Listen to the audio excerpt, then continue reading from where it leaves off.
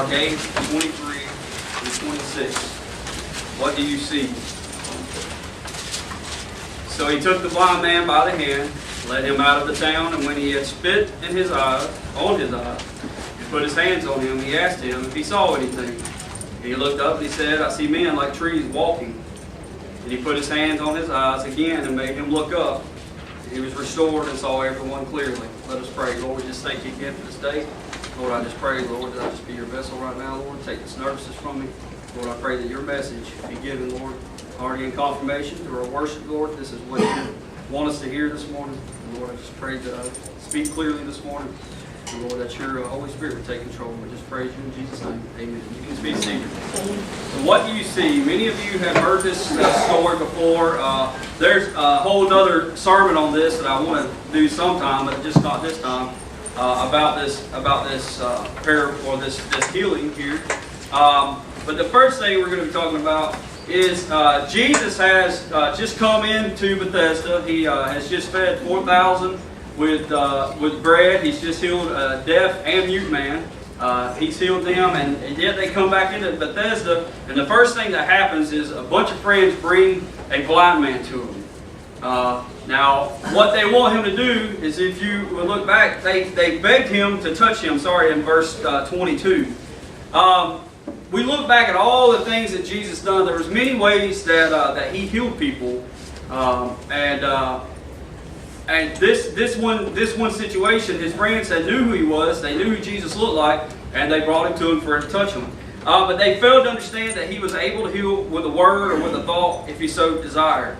And what this whole parable here, when we get into it, we're going to talk about the healing. But this is also a parable that is it's kind of an action. This is something that Jesus is going to use this man's healing to talk to more and do more than just heal the blind man. He's going to have an impact on those around him. This miracle reveals the way God opens the eyes of the spiritually blind. Okay? This miracle teaches how God is able to take someone who cannot understand spiritual truth and how He works patiently with them, step by step, to bring them to a place of full comprehension. So basically, through this healing, we're going to learn about how this has an impact on us. Okay? So I ask you this morning, what do you see? Is your spiritual sight as keen as it should be? Think about these things as I'm going to talk about this. Do you have the Lord in sharp, clear focus in your heart and life today? Do you know who He is and understand what He is doing in your life? What do you see? So let's get into this, okay? So the first thing we're going to look at is the preparation. This is for his healing. This is what has to happen for this man to be healed, okay? The first thing he does the first thing Jesus does is when He hears the request of the people, is He takes the blind man by the hand, and Jesus that's the way He touches him, but nothing happens. So they ask Him, they said, Jesus, will you please come and heal our friend? Will you please touch him and heal him? Well, the first thing He does is He takes him by the hand. That's a touch, right? Everybody can agree that's a touch. He's grabbed him, and what happens? Nothing, right? Now, could God have healed him? Jesus could have healed him right then. Yes, He could have. There was a woman with the illness of the blood. She grabbed his garment. He didn't touch her. She grabbed him, and she was healed. He grabbed him by the hand. Nothing happened. Well, there's your first place of skepticism, because everybody's like, He touched him, and he didn't heal him. This means something. Nothing happened, or does it? Nothing visible took place. Nothing took place as far as the crowd is concerned, but something very profound occurs here. Jesus takes the man by the hand, and He begins to lead him out of town. Now, this is important. Okay, why do you think He's going to take him out of town? Now, I'm one of those preachers because I'm like teaching. I'm not really preaching. I like to treat you like my youth class. Why do you think He's taking him out of town? Well, first off, he doesn't want everybody to see what's going on. Jesus has been to Bethesda before. Jesus has performed many miracles in Bethesda. And they have yet to still believe and accept Him as the Messiah. So what He's done is He's taken this man out of town just because He's like, I already showed y'all enough. I've already showed you enough. I don't have to show you anymore. But what He's also doing is He's got this man by the hand. Now, you can picture, this man's blind. He doesn't know what Jesus looks like. He's heard about Him because he's not deaf, but he doesn't know what He looks like. And He grabs this man by the hand. Well, what does this man need to get out of town. He needs assistance. He needs help. Right? So he grabs him by the hand and he starts walking him out of town. Well, what is he helping him do? He's walking around obstacles. He's taking him through traffic. I imagine back then they didn't have no traffic lights. They were walking through town. He was leading them out. He was gaining his trust by holding his hand. You think about the concept of holding someone's hand. You don't really hold everybody's hand. Do you ever just walk up to a stranger and say, "Can I hold your hand?" What are they going to think? They're going to be like, "No, weirdo." I don't think so, right? We hold hands in here on Sunday nights when we pray. We all gather together and hold hands. Why do we do that? Because we accept each other. We love each other. We're in one accord. It shows that we are comfortable with each other. We have trust in each other. That's what happens here. Jesus walks up to the stranger, grabs his hand and says, "Hey, come on." Okay. I mean, it's crazy. I mean, would you trust him? I mean, you don't even know what he looks like. I mean, how many of you would walk out of Walmart if somebody just walked up to you and grabbed their hand? Not many of us, right? I'd probably punch somebody. Anyways. So what is he doing? He's building his faith. He's building trust and faith. All the blind man has as evidence is that he's heard about Jesus. He's never seen him. You can't commit unless you have faith. So he's building that relationship with him. Now, remember all these things. Y'all know me. I like to move fast. We're going to kind of tie all these in together. So Jesus takes this man by the hand and leads him to a place. His miracle will take place. Now, think about that. He takes him from his situation and he moves him into a situation, a place where he wants him, where he's going to heal him. Well, let's add that to our life. Let's think about that. We go, "Well, God, we're comfortable right here. I like being here. Poor me. This is where the blind man, he couldn't work. So what were blind men doing back then? They begged, right? They had to sit somewhere where people would give them donations and help them and stuff. That's how they made a living. That was where he made a living. Was where he was sitting. And Jesus said, "Get up and come follow me." Well, that's where the part where we get uncomfortable. Each and every one of us in the situation have been in that same place where we can't see Jesus, but he says, "Hey, come and follow me." All you can do is hear him. Now, it was up to that blind man to reach out and to give him his hand and get up and follow him. He chose to do that, just like we have a choice. You can stay right here. You can sit right here. You can continue to be blind, and you can continue to live off other people and other people's religion and other people's beliefs and their faith. You can live off their prayers, or you can get up and listen to Jesus when he says, "Hey, come follow me." You can take his hand. You may not know where you're going. You may not know what he looks like, but he says, "Hey, follow me," and you can move. Okay, so that's the first truth about this, is this man has taken that first step to follow Christ. He has that faith. This is a clear portrait of how the Lord leads the lost, the blind sinners, and brings them to a place of salvation. They don't know where they're going because they've never seen it before. They don't know who Jesus is because they've never seen him before. This is how he's leading them. We don't recognize his touch until our blinded eyes are open. But throughout our whole life, Jesus is working and leading us to bring us to a place of saving faith, of serving him, of leading him and doing things. It's not just salvation that he leads us, but it's also us every day. Every event, every circumstance, every tragedy, and every blessing was the Lord taking your hand and mine in his grip as he brought us to himself. You can believe what you want to, but you can't get to God on your own. You can't do it. There's several scriptures in here. I'm going to read through them right quick. You don't have to flip. Ephesians 2:1. It says, "And you he made alive, who were dead in trespasses and sins." Jesus did that. He made you alive. He came to you and made you alive. John 6:44. I'm going to get in a hurry here in a minute. I'm getting nervous again. "No one can come to me unless the Father who sent me draws him, and I will raise him up at the last day." He comes to you. And lastly, he rescues the sinner from the dangerous byways of sin. Luke 15:3-5, and it says this: "So he spoke this parable to them, saying, What man of you, having 100 sheep, if he loses one of them, does not leave the 99 in the wilderness and go after the one which is lost until he finds it? And when he has found it, he lays it on his shoulders, rejoicing." Amen. He leads us to himself. If you are saved, can you now look back and remember? Can you see how God has brought you along until your eyes were open? Can you see that how God has led you? Many of Brother Larry and I were just talking about some situations this morning. not in detail, but I think we was talking about getting speeding tickets or something like that. I asked Brother Larry if he'd ever got a ticket. He didn't go in detail, but he said yes. Same thing with me, if I ever got a ticket. I've never got a ticket, but I've been in trouble. There's a lot of things that God, we don't really see Him doing in our lives, but He's leading us in a direction. He wants to rescue us. He wants us to move along. If you were saved, can you now look back and remember? Can you see the tender way He brought you along until your eyes were open and you saw yourself what you were, and in Him as your only hope? Can you remember how He led you and worked in your events of your life to bring you to that place of faith and repentance?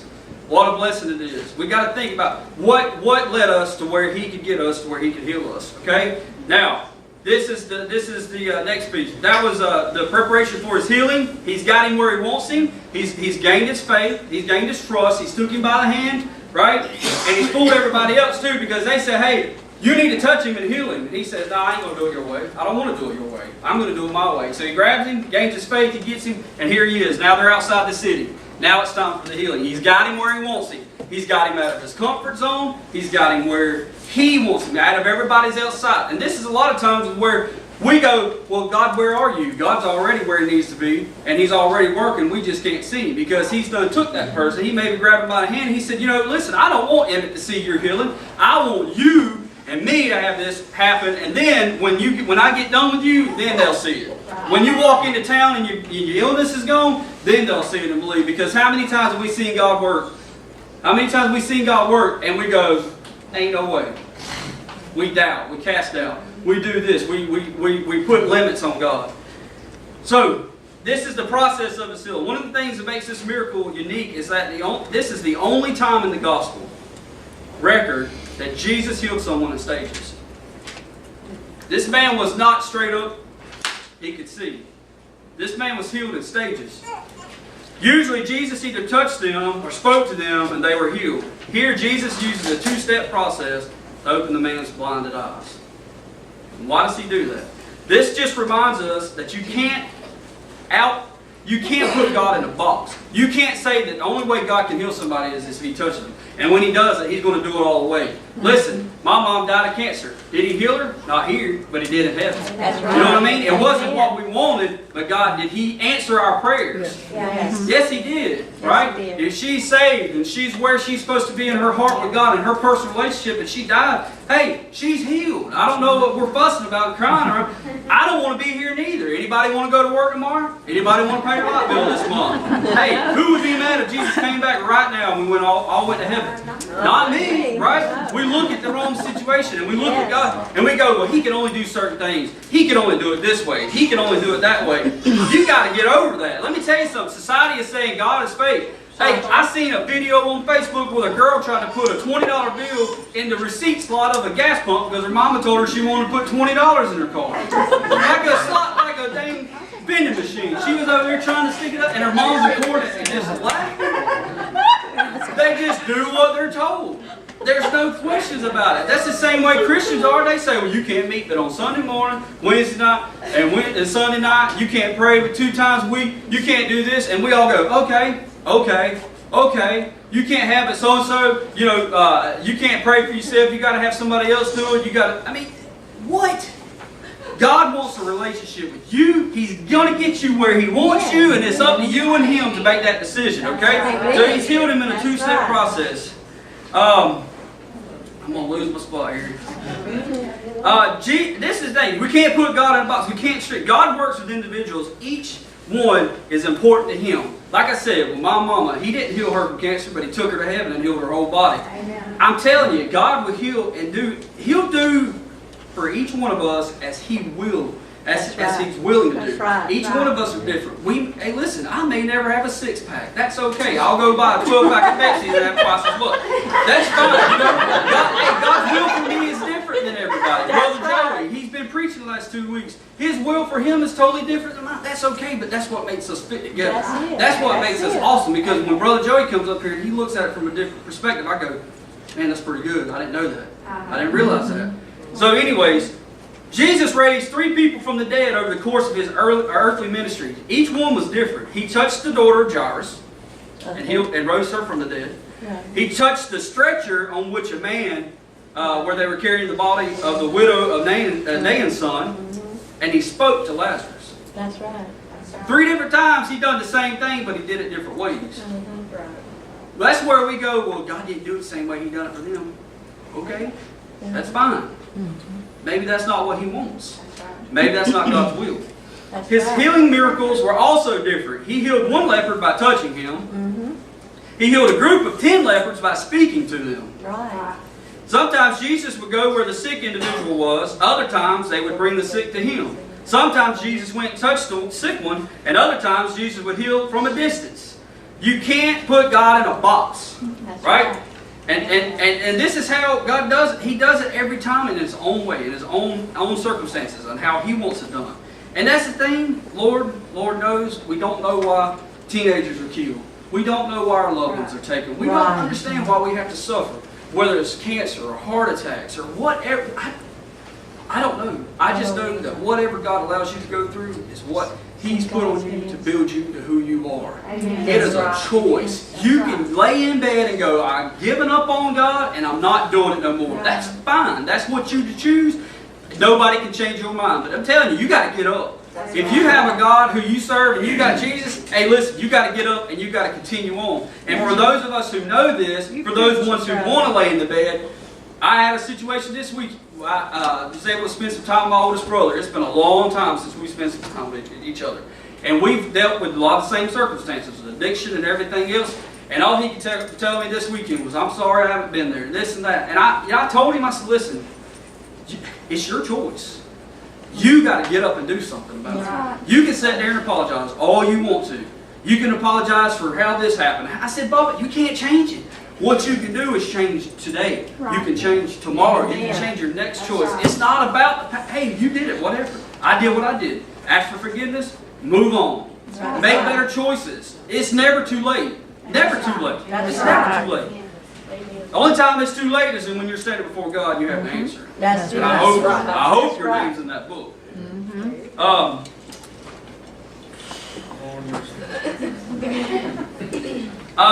He tailors his work to the individual.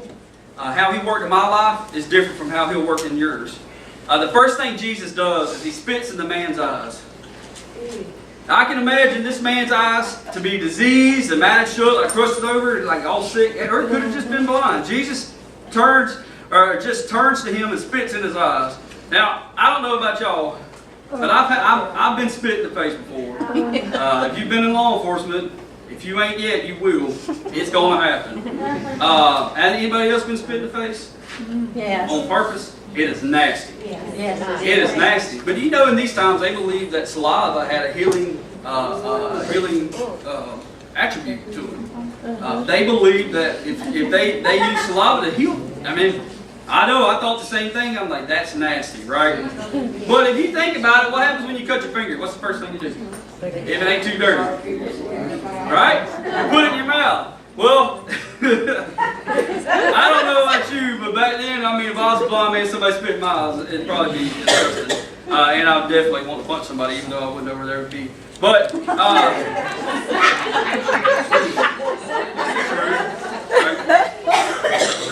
but he spit in his eyes. To us, that sounds disgusting. If someone were to spit in their eyes, you'd be ready to fight.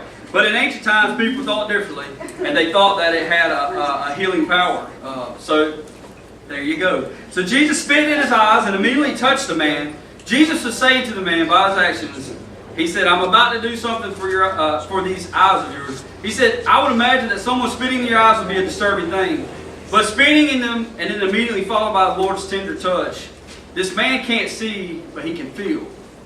So it'd just be hard for me to understand like what this man was thinking. Like, first off, this man done led me out of town. He got me away from all my friends, and now he spit in my eyes. But the next thing he does is he touches him. I mean, what comes from that touch? He had already established it. That comfort, that trust, that faith. He had already established it. He led me out of town. He's got my hand. He got me where it needs to be safely. And now he spit in my eyes. The next thing he does is he touches me. Something different. Something's going to happen, right? Something's going to happen. The Lord is working in a way that makes no sense to us, but is understood by the blind man. Then Jesus asked him if he can see anything. And this is where things start to get good. When the man opens his eyes and looks around, he says, I see men I see men as trees walking. This is important to remember. This tells us a few things. First thing, it tells us that the man hadn't always been blind. How would he know what a tree was like? How would he know what a tree looked like if he had never seen one? Right. And that's the first thing he says. He says, I see men as trees walking. Like I told you, there's a whole other sermon I could teach, but I can't get into it because it'd be too good. Anyways, it would be good. It ain't meant for today. He was able to identify the people around around him as people. Second, it teaches us that his healing was far from complete. The first thing is, how many of you have ever opened your eyes and like especially in the morning time, you ever had like pink eye, or maybe you just slept really hard and you woke up and everything's fuzzy? Yeah. I know my wife at night, we used to have the TV in our bedroom, she'd take her contacts out, her glasses off, she couldn't see the TV. Right. And that's kind of how what this man is. Anybody in here have strong glasses? Where's Niecy at? Oh, she's back there.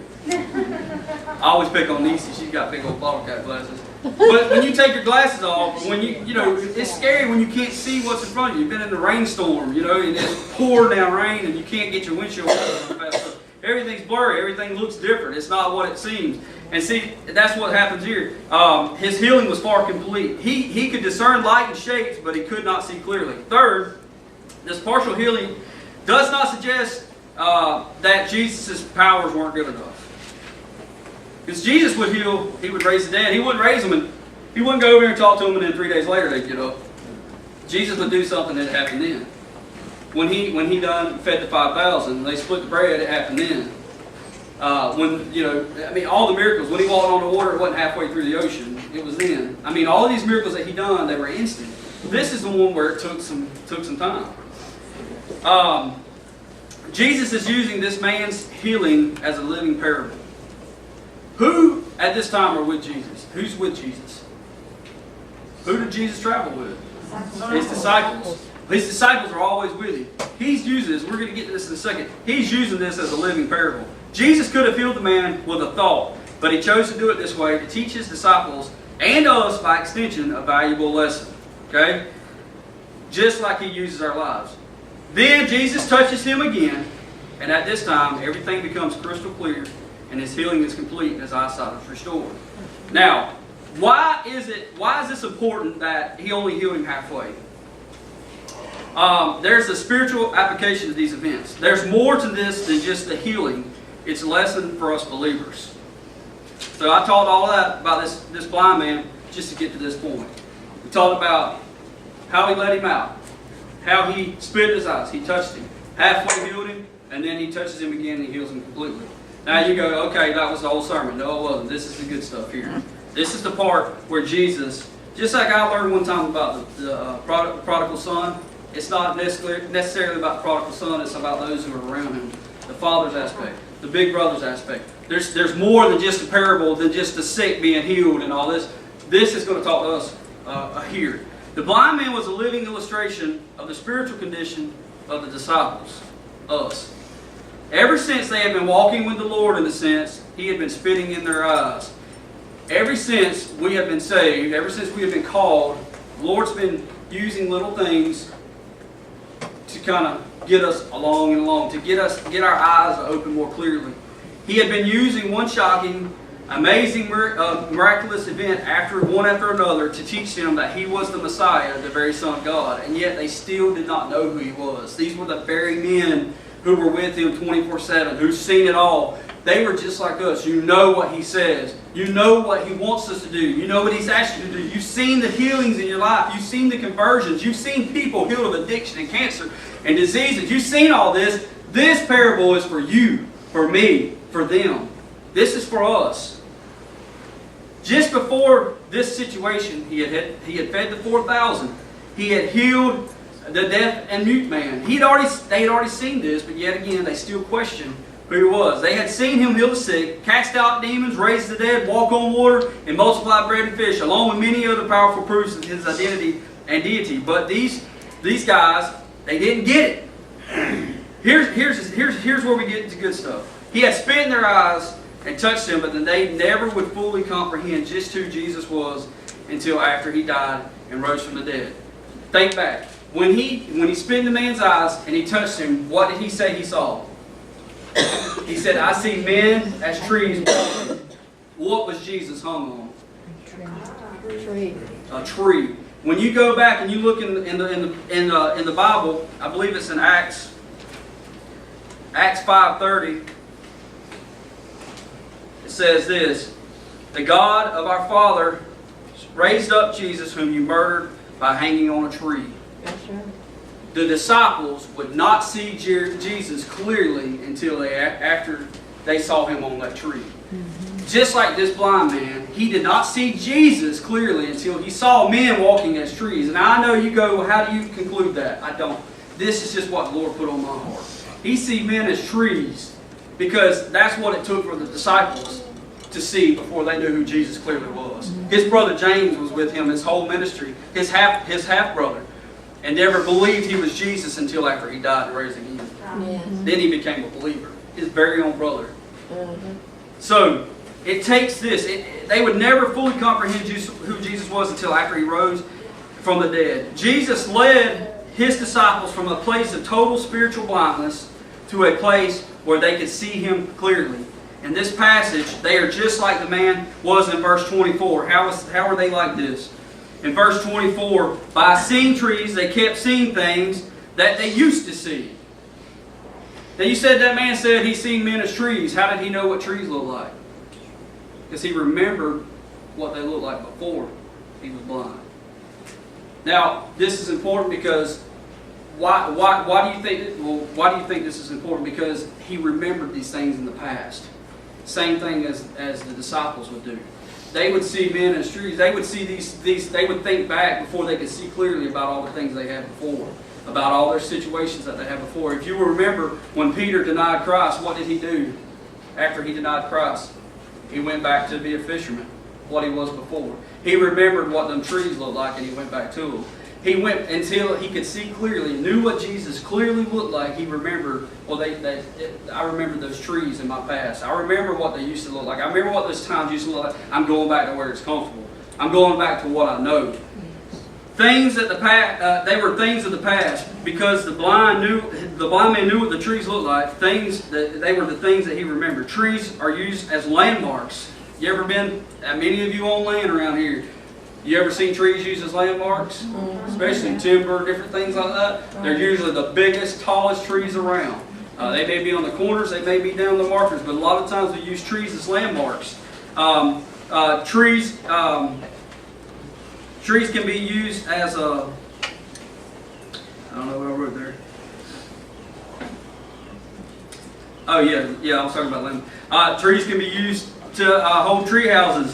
But most important, the tree is, we talked about that, tree is the cross. This tree that represents this cross. Jesus will die on a tree, they will see it clearly, and the true point isn't men as trees, but a man on a tree. Okay? And see, that's what I was trying to get to here, is that he's seen the men as trees, but I wanted them to see that man on the tree. That's when they became clear to him, okay, or to the disciples. That was in verse 24. And it said in this passage, they are just like the man was in verse 24. They had seen men like trees. Then they had been like the man in verse 22. They were blind. And then when he called them to follow him, he wants to lead them and grow until they become like the man in verse 25, who was healed completely, who seen Jesus completely, and then went on about their business. That is the Lord's goal for every one of his children. And when the Lord first begins to work with us, we are totally blind in our sinful condition. Jesus comes along and he spits in our eyes. He begins conviction and totally shakes up our world. He uses this conviction to open our spiritual eyes and point us to Jesus. And when we come to Jesus and are saved, we're like a man of this miracle. We see sometimes, but we do not see them clearly.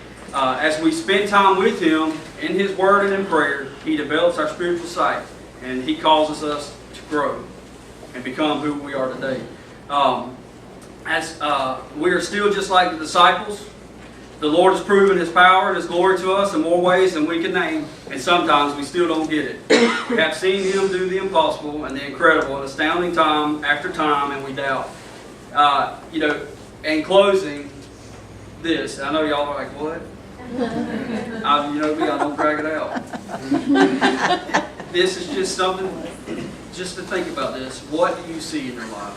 Are you one of those who are lost, like the blind man, who can't see at all? And do you have Jesus calling on your heart? Do you have Him grabbing your hand and trying to pull you in a situation, or pull you in a direction of where He wants you? Or are you like the disciples who have seen and seen and been there and experienced and heard Him pray and all of these things? What I feel like a lot of us mature Christians, or growing Christians are, just like the disciples, do we truly see Him for who He is? Or do we just see Him partly? Right? Do we still guess who He is? Are you growing in the things of God? Is He leading you along one step at a time? And are you making progress in Jesus? When you first were saved, you were born, you were a baby in Jesus. That's why salvation is called a new birth.